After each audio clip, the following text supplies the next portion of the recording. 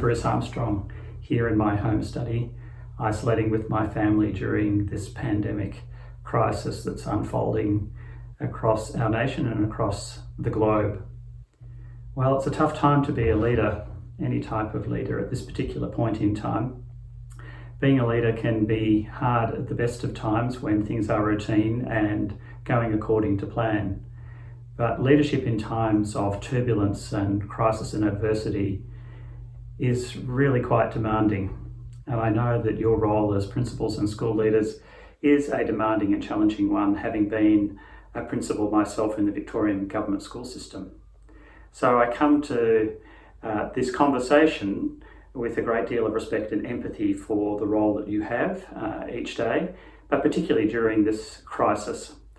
So I'm hoping that as we have a conversation, this checklist of 6 C's that I've considered might be a bit of a template for a review, a check-in for you at this time. Many of these things you will be doing already, but I hope that it's a helpful conversation that we can have together as we reflect on what does it mean to be a leader during a time of exigency and crisis. Each of us will have been making all sorts of assessments of the type of leadership that we've been receiving from our political and community leaders, from our scientists and chief health and medical officers. And in a similar way, our staff, the people that we lead in our communities, and our students will be making assessments and evaluations of our leadership during this crisis. And leadership really does come into its own test during such times. A hero of mine, the Reverend Dr. Martin Luther King Jr., said that the ultimate measure of a person is not where they stand in the times of comfort and convenience, but during the times of challenge and controversy. And this period is a time of extraordinary challenge. So as a bit of a checklist, I've come up with 6 C's that will allow you to reflect on how you're going in each of those areas and to have a conversation with other members of your staff, your school leadership team. So I hope that you find some of the reflections useful to your leadership at this time. The 6 C's being communication, confidence, compassion, connection, checking in, and catalyzing change. So let's have a look at each of these in turn.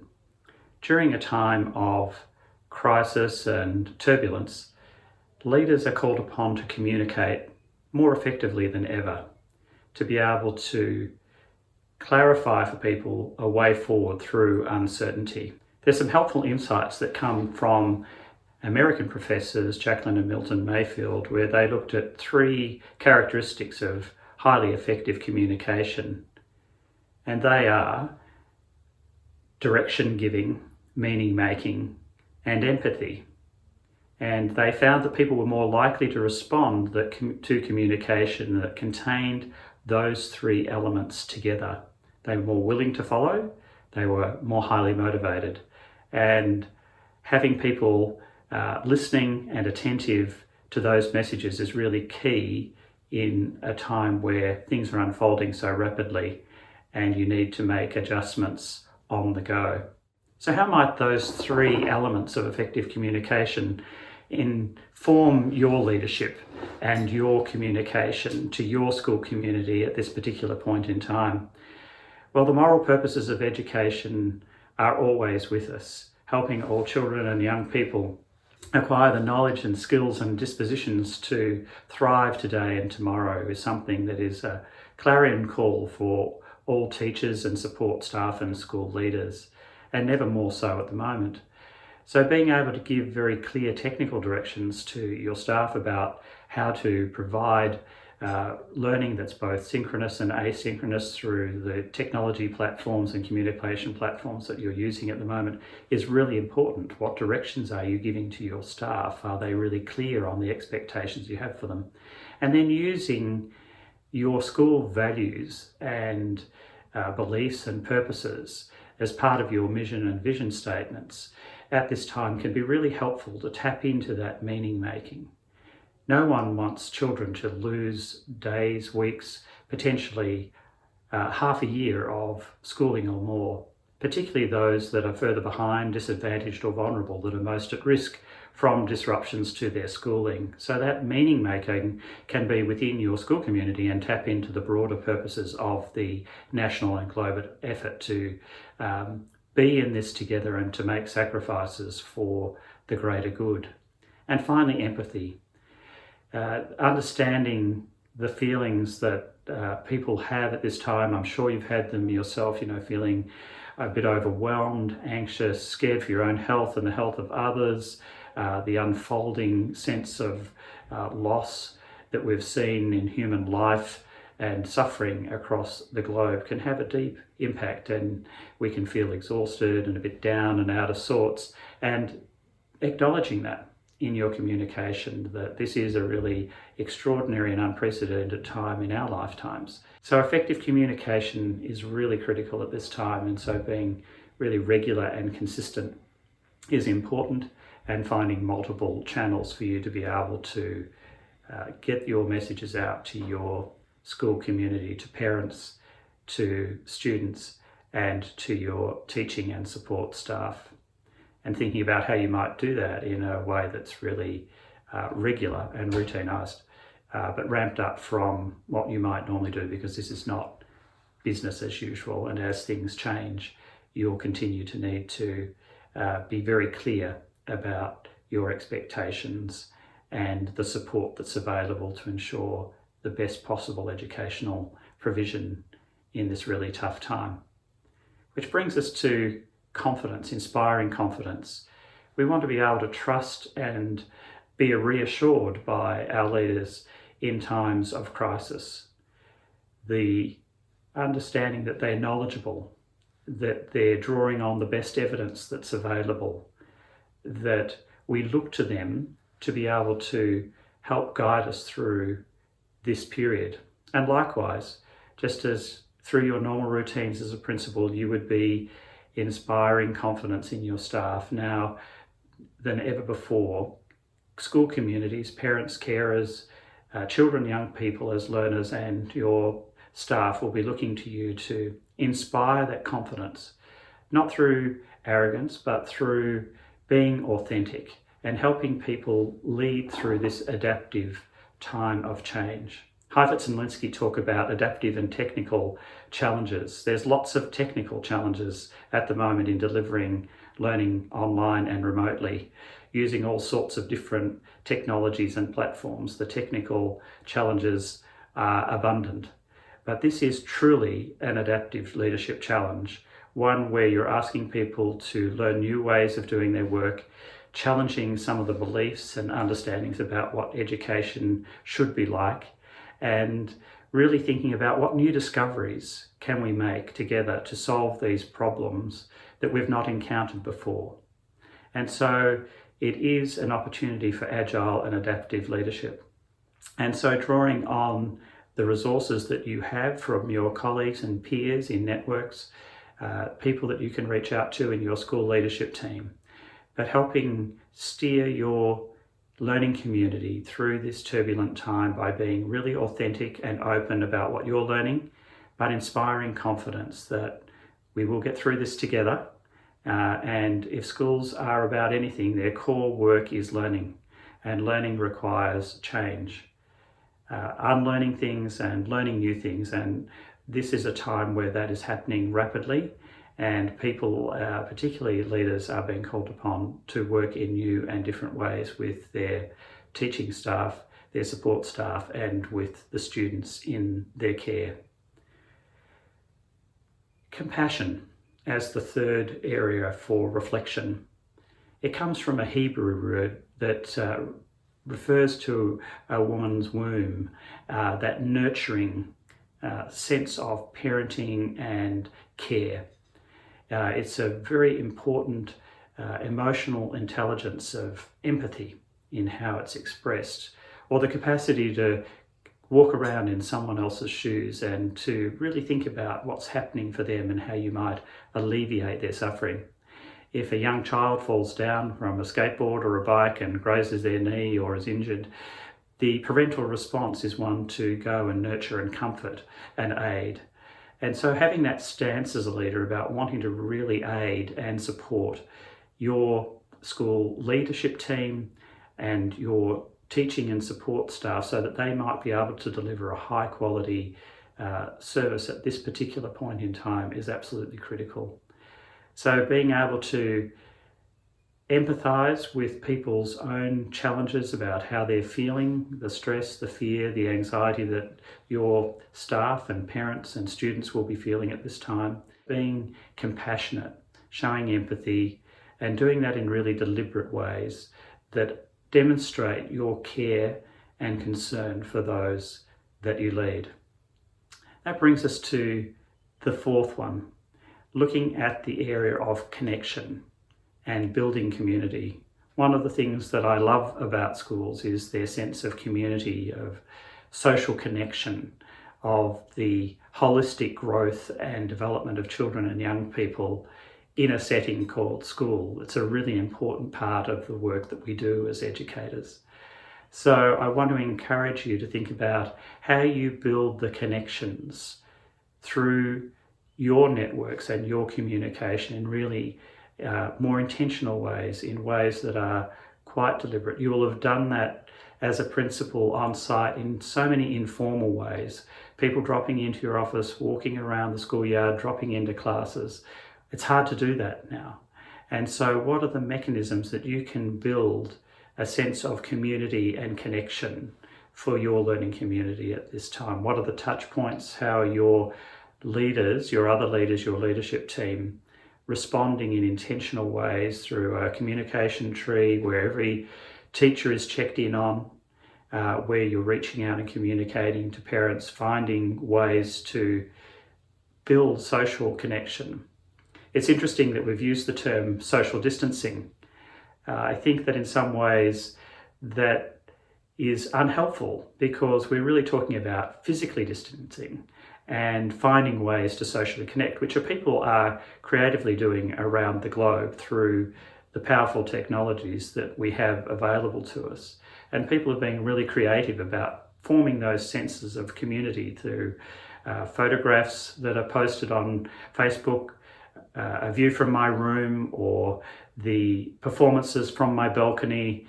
We've seen a whole lot of ways in which people have done things that are trying to create that sense of empathy and compassion and connection, putting teddy bears in windows and rainbow pictures in windows so that people who are walking the streets have a sense of hope. So defining reality is really important, but inspiring hope is part of the leadership challenge at this time, and that can be done through that sense of human connection, that we first meet people not in their role or the task that they have to perform, but with a deep respect for them as people, and understanding that what you're going through is what they're experiencing as well, and being able to share that in ways that are really authentic with your school community. And as we move on into the next C around checking in is really important. Checking in and getting multiple sources of feedback. If you think of all of the various people that make up your school community, most importantly your students and learners, and how you're getting feedback about their experience of learning differently from home. How are they getting on, and how do you know? The same for your teaching and support staff, and for the parents who are juggling multiple responsibilities at this very complex time. So finding formal ways through survey or through direct phone call and contact.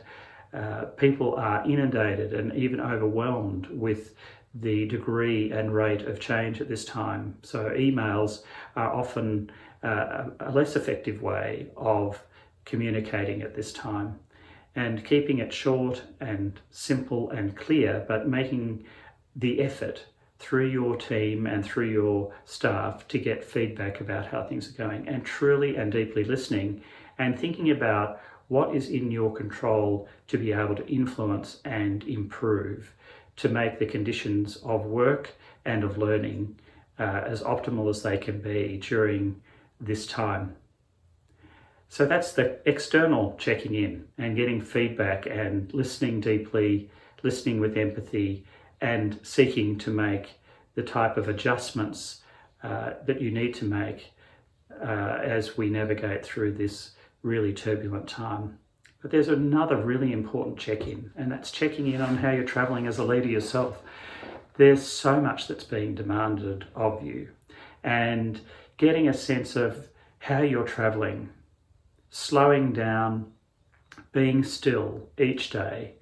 If you're in the practice of mindfulness, that might be something to keep up during this time. It's easy to let go some of the routines around exercise, healthy eating, and the kind of centering that you need to be a leader at this time, to let those things go as the minutes and hours seem to evaporate each day as you respond to the multiple demands of being a principal at this time.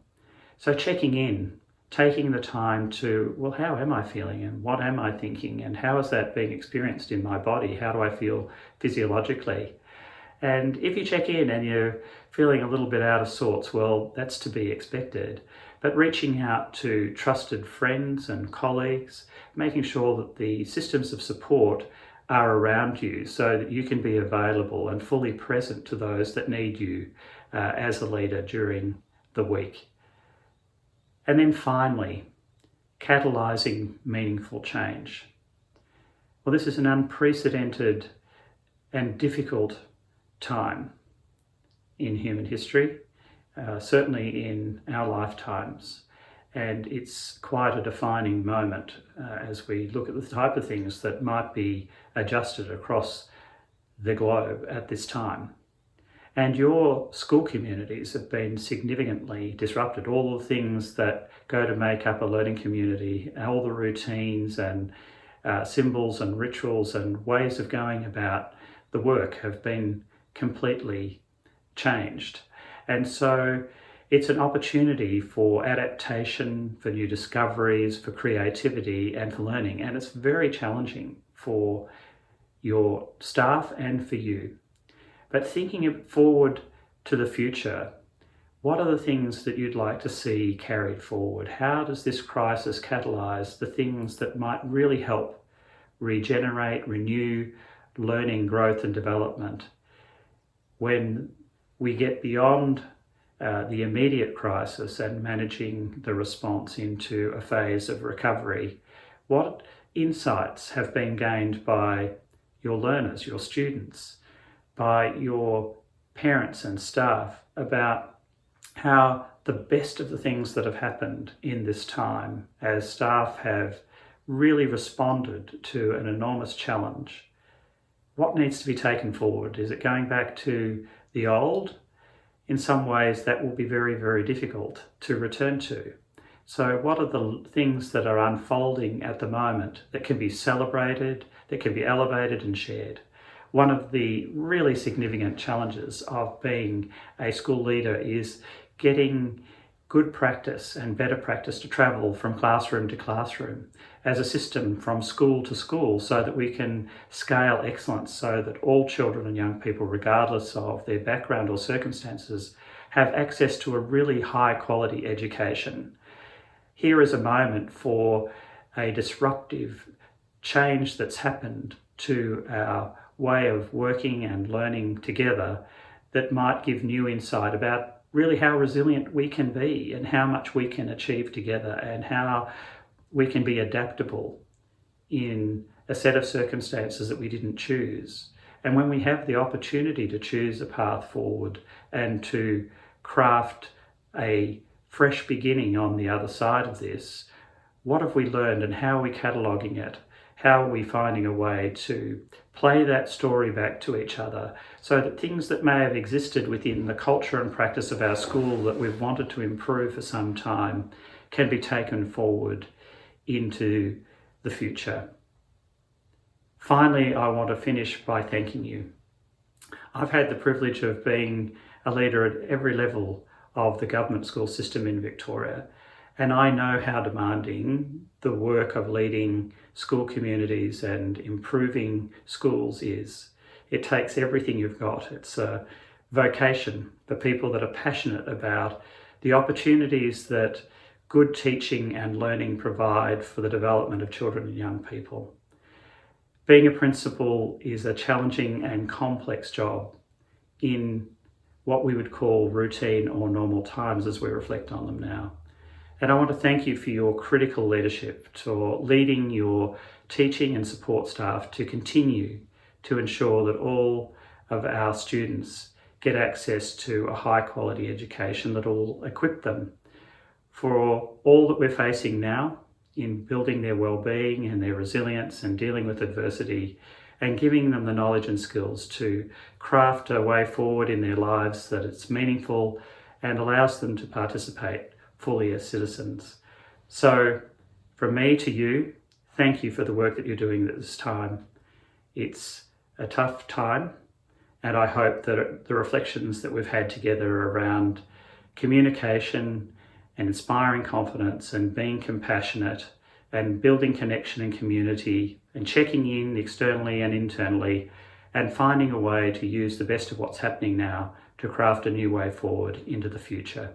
Thank you. I wish you well.